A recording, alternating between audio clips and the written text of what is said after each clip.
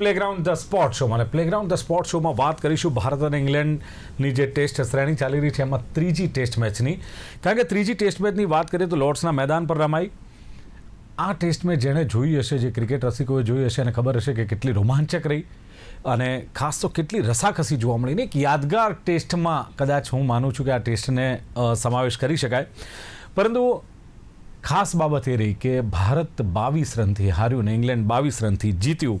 અને એમાં પણ જે બીજી ને ત્રીજી ટેસ્ટમાં જે જોઈએ તો ફરક એટલો હતો કે પહેલી જે ટેસ્ટ હતી, બીજી ટેસ્ટ હતી, એના કરતાં ત્રીજી ટેસ્ટમાં ભારતીય ટીમની વાત કરીએ તો થોડું પ્રદર્શન એનું નબળું ચોક્કસ રહ્યું. કારણ કે ભારતીય ટીમને જીત માટે 193 રન બનાવવાના હતા, પણ 193 રન પણ ભારતીય ટીમ ન બનાવી શકી. 170 રન જ ભારતીય ટીમે બનાવ્યા. અને ભારતીય ટીમમાંથી એકમાત્ર જો કહીએ યોદ્ધા, જે આજે અમારું હેડિંગ છે યોદ્ધા, એ જાડેજાએ ચોક્કસ એક સારી લડત આપી છે એવું કહી શકાય અને યોદ્ધો સાબિત થયો છે. પરંતુ આખરે જે 5 ટેસ્ટ મેચની જે આ શ્રેણી છે, તેંડુલકર એન્ડરસન ટ્રોફી 2-1થી ઇંગ્લેન્ડે લીડ મેળવી લીધી છે. અને ચોથી જે ટેસ્ટ છે એ 23 જુલાઈથી માન્ચેસ્ટરમાં રમાવાની છે.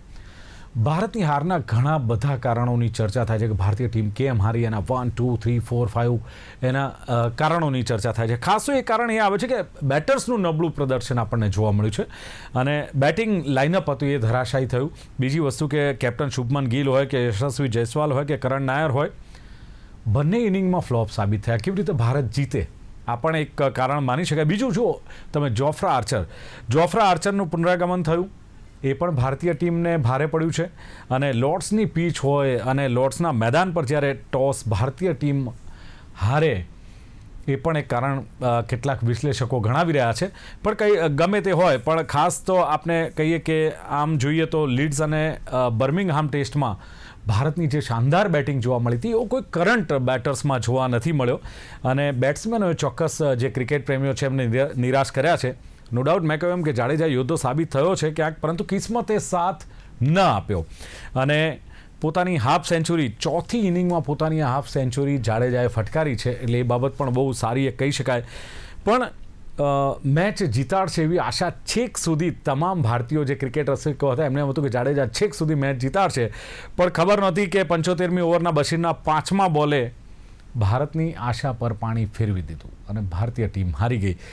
ચર્ચા કરીશું કેવો રહ્યો આ મુકાબલો, ભારતીય ટીમની હારના કારણો, રવિન્દ્ર જાડેજાની રમત અને તેના જીતાડવાના પ્રયત્નો, અને સાથે જ આવનારી ટેસ્ટમાં કયા પ્રકારના ફેરફારો જોવા મળશે, તમામ ચર્ચા કરીશું. તમામ ચર્ચા કરવા માટે મારી સાથે ઉપસ્થિત છે જાણીતા સ્પોર્ટ્સ એક્સપર્ટ અશોક મિસ્ત્રી ઉપસ્થિત છે. અશોકજી, સ્વાગત છે આપનું પ્લેગ્રાઉન્ડ ધ સ્પોર્ટ શોમાં. Thank you so much. દર્શક મિત્રો, અશોકજી સાથે ચર્ચા કરીએ પહેલા એક નજર કરીએ એક રિપોર્ટ પર. લોર્ડ્સના મેદાન પર ભારત અને ઇંગ્લેન્ડ વચ્ચે ટેસ્ટ મેચમાં આખરે ભારતની હાર થઈ. એક છેડે જજુમી રહેલ યોદ્ધાને સાથ આપવા કોઈ સૈનિક બાકી ન રહ્યો ત્યારે હતાશા માત્ર યોદ્ધાને જ નહીં, પરંતુ ઇંગ્લિશ કેપ્ટન બેન સ્ટોક્સને પણ ફરી વળી. ભલે સ્ટોક્સ જીત્યો, પરંતુ એકલા હાથે ઇંગ્લેન્ડને જીતથી દૂર રાખવામાં સફળ થયેલ રવિન્દ્ર જાડેજાના લડાયક પ્રદર્શન સામે તે નતમસ્તક થઈ ગયો. તેને ગળે લગાડ્યો અને તેના પ્રયત્નને તેણે બિરદાવ્યો. ટેસ્ટ ક્રિકેટનો રોમાંચ અને તેની લોકપ્રિયતા પર 4 ચાંદ લગાવી દે તેવી આ ટેસ્ટ મેચમાં ભલે જીત ઇંગ્લેન્ડની થઈ હોય, પરંતુ બંને ટીમો 5મા દિવસના અંત સુધી પરિણામ માટે રાહ જોતી રહી. ન ઇંગ્લેન્ડ નિરાંતનો શ્વાસ લઈ શક્યું કે ન બંને ટીમના ડગ હાઉસમાં બેસી રહેલા ખેલાડીઓ, પ્રેક્ષકો અને નિષ્ણાંતો. હોઠ અને કપ વચ્ચેનું અંતર રહી ગયું. ભારત માત્ર 22 રનથી હાર્યું. વાહ ટેસ્ટ ક્રિકેટ!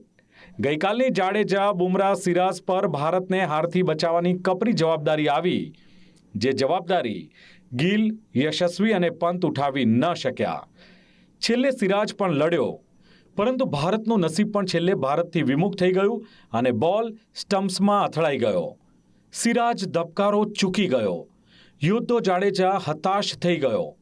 તે જોતો જ રહી ગયો અને સામે છેડે બાજી પલટાઈ ગઈ. ખેર, ઇંગ્લેન્ડ ભલે 2-1થી આગળ છે, પરંતુ આ ટેસ્ટ મેચમાં ભારતના રવિન્દ્ર જાડેજાએ ન કેવળ સ્ટોક્સને પરંતુ સમગ્ર ઇંગ્લિશ પ્રેક્ષકોને વિચારતા કરી દીધા કે શું યોદ્ધો છે રવિન્દ્ર જાડેજા. અશોકજી, રિપોર્ટમાં એક સેન્ટેન્સ મને બહુ જબરજસ્ત યાદ રહી ગયું કે રોમાંચ અને લોકપ્રિયતા પર 4 ચાંદ લગાવતી આ શ્રેણીની ત્રીજી ટેસ્ટ મેચ, અને ભારત અને ઇંગ્લેન્ડ વચ્ચેની આ ત્રીજી ટેસ્ટ મેચ પહેલાં તો અશોકજી કેવી રહી? 5 દિવસ મેચ ચાલી, છેલ્લે સુધી સસ્પેન્સ, કોણ જીતશે કોણ હારશે, અને કશ્મકશભરી આ મેચ. શું કહેશો કે છેલ્લા સેશન સુધી આ સસ્પેન્સ યથાવત રહ્યું એવું કહી શકાય? જી બિલકુલ સાચી વાત છે, કારણ કે બંને ટીમો જોરદાર તો છે જ, સાથે સાથે બંને ટીમોમાં યુવા ખેલાડીઓ છે.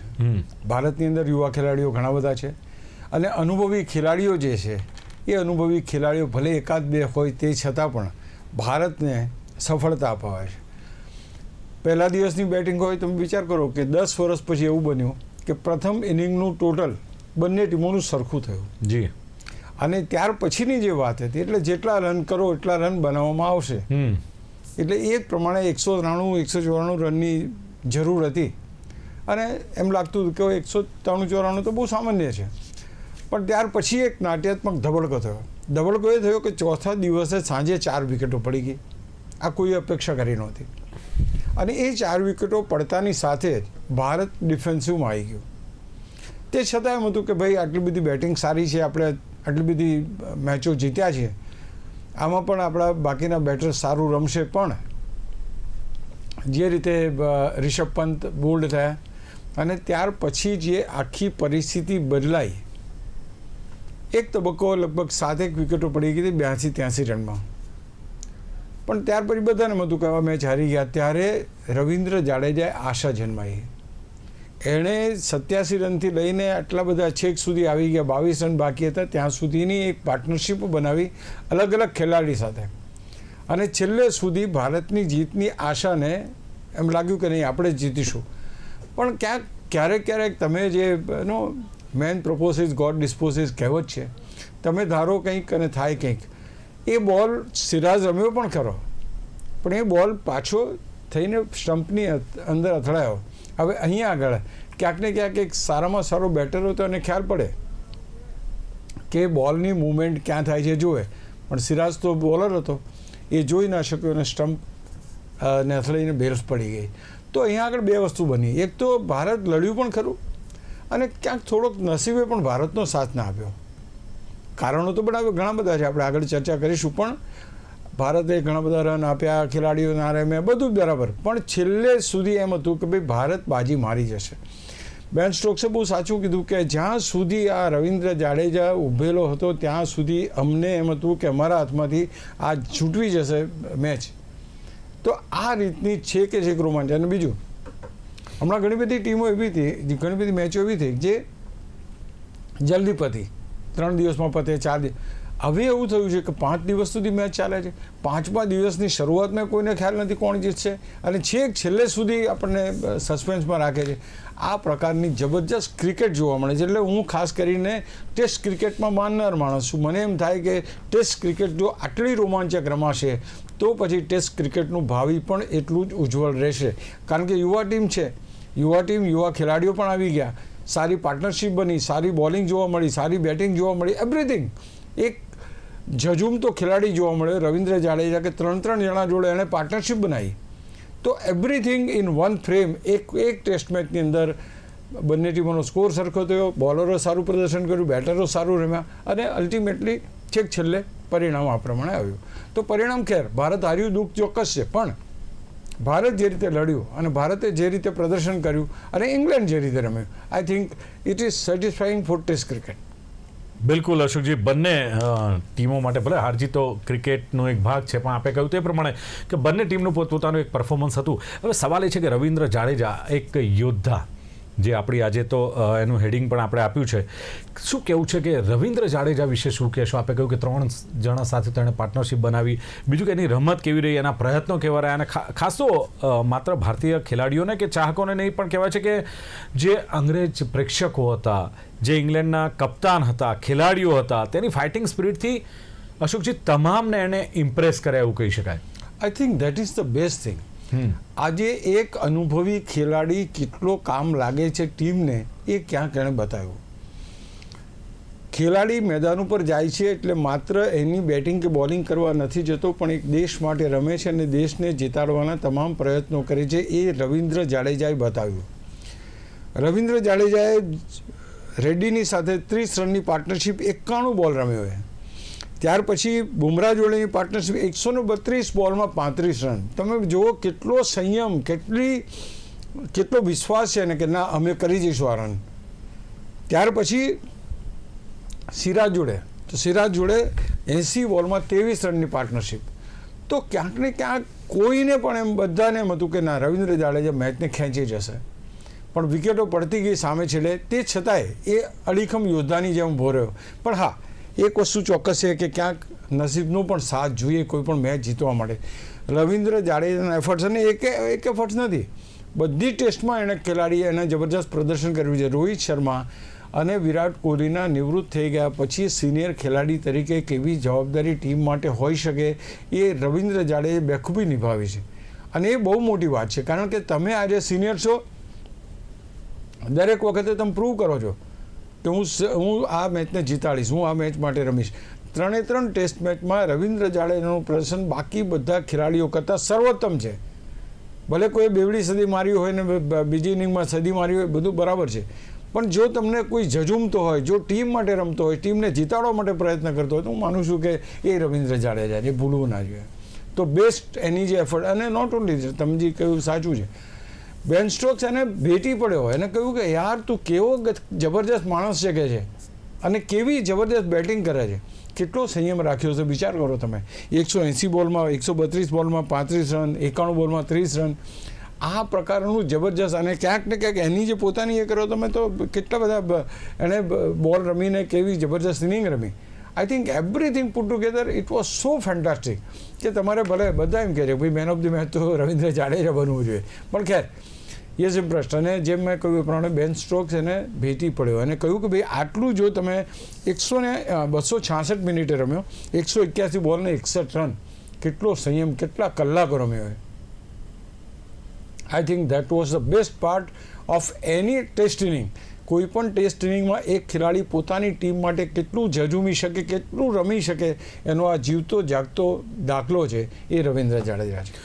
બિલકુલ, રવિન્દ્ર જાડેજાની પણ આપણે વાત કરીએ અશોકજી. ખાસ તો ચર્ચા એ થઈ રહી છે કે ભારતીય ટીમ જે કહેવાય કે પહેલી 2 ટેસ્ટમાં બહુ સારું પ્રદર્શન કર્યું, ત્રીજી ટેસ્ટમાં જે પ્રદર્શન છે ભારતીય ટીમનું નબળું રહ્યું. હવે એની પાછળના ઘણી વિશ્લેષકો એમ કહેતા હોય છે કે કયા કારણોસર ભારતીય ટીમ હારી. એમાં મેં શરૂઆતમાં કહ્યું એમ કે 1-2 કારણ એ પણ છે કે ભાઈ ટોસ હારે આપણે લોર્ડ્સના મેદાન પર, પીચ પર, એ કારણ. જોફ્રા આર્ચરનું પુનરાગમન પણ કહેવાય છે.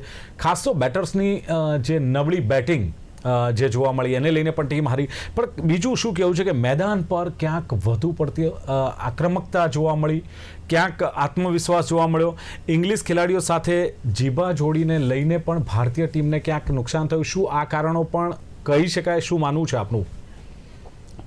તમે વાત કરી પહેલી ટેસ્ટ મેચ જ્યારે ઇંગ્લેન્ડ ટોસ જીત્યું અને પહેલાં એ લોકોએ ફિલ્ડિંગ લીધી, એ ટેસ્ટ મેચ એ લોકો હારી ગયા. આમ જોવા જઈએ તો ટેસ્ટ મેચની વાત કરીએ તો ટેસ્ટ મેચમાં મોટી પાર્ટનરશિપ બનાવવાની વાત હોય છે જી, કે મોટી પાર્ટનરશિપ કઈ રીતે બની શકે, અને એ મોટી પાર્ટનરશિપ બનાવવા માટેના ક્યાંક ને ક્યાંક મુખ્ય કારણ ટોસ જીતવું છે. They have taken the right decision કે ટોસ જીતીને પહેલાં બેટિંગ લીધી, એટલે એ જે મોટી પાર્ટનરશિપ. અચ્છા તમે જુઓ, એનો એડવાન્ટેજ એટલો નથી મળ્યો, કારણ કે એમણે ટોસ જીતીને જેટલા રન બનાવ્યા એટલા આપણે પણ બનાવ્યા જી. એટલે એમાં કોઈ સરખા જ રન બનાવ્યા. 10 વર્ષ પછી એવી ઘટના બની કે બંને ટીમોના જે સ્કોર છે સરખા. વાત આવી બીજી ઇનિંગની. બીજી ઇનિંગમાં જે રીતે ભારતે બોલિંગ કરી, જસપ્રીત બુમરાહ લઈ લો તમે, કે તમે વોશિંગ્ટન સુંદર લઈ લો, લગભગ 34 રનમાં 6 વિકેટો ઇંગ્લેન્ડની પાડી દીધી. આટલી જબરજસ્ત બોલિંગ કરીને ભારતીય ખેલાડીઓએ એકદમ મિનિમલ 193 રનનું ટાર્ગેટ ખાલી ભારત પાસે આવ્યું હતું. આ ભારતના જે મેં કહ્યું બેટ્સમેનો પહેલી ઇનિંગમાં બેવડી સેન્ચુરી, બીજી ઇનિંગમાં સેન્ચુરી, એ જ પ્રમાણે રાહુલની સેન્ચુરી, પંતની સેન્ચુરી, આટલા બધા ખેલાડીઓ હતા અને 192 રન. અને બીજું, મેદાન ઉપર કોઈ પણ જાતની મૂવમેન્ટ એવી નહોતી કે જે મૂવમેન્ટ બેટ્સમેન માટે ભારે પડે. જી, ઇટ વોઝ ઓલ નોર્મલ. બોલ ટર્ન થતા હતા એ થાય, પણ કહેવાનું તાત્પર્ય છે કે એ હોવા છતાં ભારતની ટીમ એટલા રન્સ બનાવી ના શકે. That was number 1. બીજી વસ્તુ કરુણ નાયરને તમે રમાડ્યો, એ નથી ડિલિવર કરતો. પહેલી મેચમાં ફેલ ગયો, બીજીમાં ફેલ ગયો, ત્રીજીમાં પણ એ નિષ્ફળ ગયો. એક કારણ. ત્રીજું મહત્ત્વનું કારણ એ છે કે જે રીતે ભારતીય ટીમે આક્રમકતા બતાવી, વિવેન રિચાર્ડસે તો બહુ સારું કહ્યું છે. એણે તો એમ કહ્યું કે તમારી ટીમ હારી છે એનું કારણ IPL છે. અચ્છા. કારણ કે IPLના ખેલાડીઓ તમે લાવ્યા છો, જે ખરેખર ટેસ્ટ મેચ રમે જે ખેલાડીઓ બહાર બેઠા છે. જી. તો આ એક મોટું કારણ છે એમ કહે છે. પણ આક્રમકતા જે જોવા મળી, I don't think it is required. આટલી બધી મેચો, આટલી બધી વિરાટ કોહલી પણ કેપ્ટન હતા, કોન્ટ્રાવર્સી થાય, પણ આક્રમકતા જ્યારે આઉટ થઈને જે રીતે સિરાજે વર્તન કર્યું ખેલાડીની સાથે, ડકેટને જે રીતે એને એ કર્યા, એની ઉપર એને ફાઇન થયો, એને ડિમેરિટ પોઈન્ટ મળ્યા, આ બધું શું છે? કારણ કે આ લાંબુ નહીં ટકે. જે રીતે શુભમન ગિલે આટલા બધા સવાલો ઉઠાયા, બરાબર છે, તમે જે પ્રશ્ન ઉઠાયો એ પ્રશ્ન તમારે ત્યાં સુધી પહોંચ્યો છે, રેફરી સુધી પહોંચે જ છે. તે છતાંય આક્રમકતા બતાવી અને મેદાન ઉપર તમે થાવ તો યુ આર ગેટિંગ વિક્ટમાઇઝ. તમે તમારું ધ્યાન છે એ તમે આક્રમકતામાં લઈ ગયા, રમત ઉપર ઓછું થયું અને પરિણામ જો આપણને આપણા વિરુદ્ધમાં ગયું. તો કારણો બધા. અચ્છા, બીજું, આપણે 68 રન વધારે આપ્યા સાહેબ. 68 રન આપણે એક્સ્ટ્રા આપ્યા. તમે વિચાર કરો, કોઈ ટીમ જે એક બેટ્સમેન જેટલા રન એક્સ્ટ્રા આપે અને એ જીતવાની આશા કઈ રીતે કરી શકે? તો આ એ પણ એક કારણ છે. આક્રમકતા પણ એક કારણ છે. ખેલાડીઓ ના રમે એ પણ એક કારણ છે. અને સૌથી મહત્ત્વનું કારણ, જ્યારે એક સારામાં સારી પાર્ટનરશિપ બની રહી હતી અને પંતનું રનઆઉટ થવું, આ એક મોટામાં મોટું કારણ બની ગયું. કારણ કે KL રાહુલની સેન્ચુરી માટે રન લેવા ગયા ત્યારે. તો હું માનું છું કે કારણો બધા છે, પણ જે રીતે તમારે મેદાન ઉપર ટેસ્ટ મેચની એનું ધૈર્ય જે જોઈએ, ટેમ્પરામેન્ટ, એ ક્યાંક ઓછું જોવા મળે. હું માનું છું કે આ એક મોટું કારણ ગણી શકાય. અને જે રીતે ભારતના બીજા કારણો તો છે જ, પણ આપણે જીતવા ઉપર વધારે ફોકસ કરવું જોઈએ. ઇન્સ્ટેડ ઓફ તમે પર્સનલ સ્કોર, કોઈ આમ બોલ્યું એટલે આપણે આમ બોલવાનું, એ અલ્ટિમેટલી તમારું જ પ્રદર્શન છે એની ઉપર એની અસર જોવા મળે છે. બિલકુલ અશોકજી, જે ખાસ ભારતની બેટિંગની આપે વાત કરી અને એક કારણ આ છે કે બેટર્સનું નબળું પ્રદર્શન. સવાલ એ થાય છે કે ભારતની જે બેટિંગની વાત કરીએ, અશોકજી, શું ગિલ, યશસ્વી, કરુણ, પંત એની આસપાસ જ ફરે છે? બીજું કે લાગે છે કે બીજી ઇનિંગ્સમાં તેઓ વધુ સારી બેટિંગ કરી શક્યા હોત. ચોથા દિવસના અંતે ભારતે જે 4 વિકેટો ગુમાવી એને લઈને કંઈક ભારતીય ટીમ પ્રેશરમાં આવી ગઈ, એવું લાગે છે કે એ પણ એક કારણ બની શકે? બિલકુલ એ સાચું કારણ છે. કારણ કે તમારે સમજવું જોઈએ કે ક્રુશિયલ ટાઈમ છે. આજે એવું છે કે દરેક દિવસ પૂરો થવાનો એની પહેલાંનો જે કલાક છે અને શરૂઆતનો કલાક કોઈ પણ ટેસ્ટ મેચ માટે મહત્ત્વનો હોય છે. ચાનો સમય થવાનો હોય તો ચાની પહેલાંની ઓવરમાં વિકેટો પડવાના ઘણા બધા કિસ્સા છે. તમારી પાસે છેલ્લી જે પરિસ્થિતિ હતી એની અંદર તમે જુઓ, છેલ્લા કલાકની અંદર વિકેટો પડવાની ઘણી બધા એવા દાખલા છે. તો આ પરિસ્થિતિની અંદર તમારે તે વખતે સંયમપૂર્વક બેટિંગની જરૂર હતી. તમે આક્રમક બન્યા, ખેલાડીઓ સાથે જીબાજોડી થઈ, આ થયું તે થયું, તમે સીધા ત્યાં આગળ મેદાનમાં ઉતર્યા અને તમે એક પછી એક વિકેટ, 4 ટોચના ખેલાડીઓ આઉટ થઈ ગયા સાહેબ. જી. અને એ જે 58 રનમાં 4 વિકેટ પડી ગઈ, that was the biggest turning point of the match. કે ઇંગ્લેન્ડને એમ લાગ્યું કે આ મેચ આપણે જીતી શકીએ એમ છે. નહીંતર તો બહુ નાનો સ્કોર હતો, 192નો સ્કોર કંઈ મોટો નહોતો. પણ 4 વિકેટો ગયા પછી એટલા માટે ઇંગ્લેન્ડ જે 5મા દિવસે વધારે આક્રમક જોવા મળ્યું. તમે જુઓ, એક બાજુ બેન સ્ટોક્સે જે બોલિંગ કરી સાહેબ, કોઈ એક વિકેટ ટુ વિકેટ બોલિંગ કરી છે અને એક બોલ જબરજસ્ત નાખ્યા જાણે. અને બધા એ પોતે બોલિંગમાં આયા, પોતે જ આવતો હતો, કારણ કે જાણતો બીજાને હું ઇન્સ્ટ્રક્શન આપું એના કરતાં હું બોલિંગ કરું. તો એ રીતના જે જોવા મળ્યું, કારણ કે કોન્ફિડન્સ આવ્યો કે 4 બેટ્સમેન આઉટ થઈ ગયા છે, બાકીના 6ને જ આપણે પાડવાના છે. તો આ જે કોન્ફિડન્સ લેવલ છે, એ કોન્ફિડન્સ લેવલ ઇંગ્લેન્ડનું જબરજસ્ત હતું. અને એની સામે એક જ માણસે જીત જેલી, રવિન્દ્ર જાડેજા. બાકી બધા જે પ્રમાણે પ્લાન કર્યું હતું એ પ્લાનિંગમાં જ એ બધા અટવાયા, ગુસ્સે થયા, બૂમાબૂમ કરી. અને તમે જ્યારે બેટિંગમાં આવ્યો તો એ તમારા મગજ ઉપર ચાલતું. આજે તો આની બોલમાં હું આકાશદીપ કેવી રીતે આઉટ થયો? આકાશદીપ એની આગળની ઓવરમાં જ એની ઉપર ગુસ્સો થયો અથવા તો એક્સચેન્જ કંઈ થયું, બીજી ઓવરમાં બોલ્ડ થયો, આઉટ થયો. તો ક્યાંક ને ક્યાંક આ બધી વસ્તુમાં એક પરિપક્વતાની જરૂર છે. એ થોડીક ચૂક અત્યારે આપણી પાસે જોવા નથી મળતી. તમે યાદ કરો, રાણે રમતા હોય કે પછી પૂજારા રમતા હોય, કેટલી શાંતિ અને કેટલી સૌમ્યતાથી મેચો રમાતી હોય. ટેસ્ટ મેચમાં આક્રમકતા હોવી જોઈએ, નો ડાઉટ, આઈ ડોન્ટ સે કે ના હોવી જોઈએ, પણ તમે કોઈ વ્યક્તિને ટાર્ગેટ કરીને આક્રમકતા કરવી યોગ્ય નથી. એટલે ટૂંકમાં ઇંગ્લેન્ડની જે રણનીતિ હતી એ રણનીતિમાં એ લોકો સફળ થયા. ભારતના ખેલાડીઓ પર પ્રેશર લાવવામાં સફળ થયા, વિકેટો લેવામાં સફળ થયા. અને દિલીપભાઈ છેલ્લે સુધી આપણે મેચ છોડી નથી.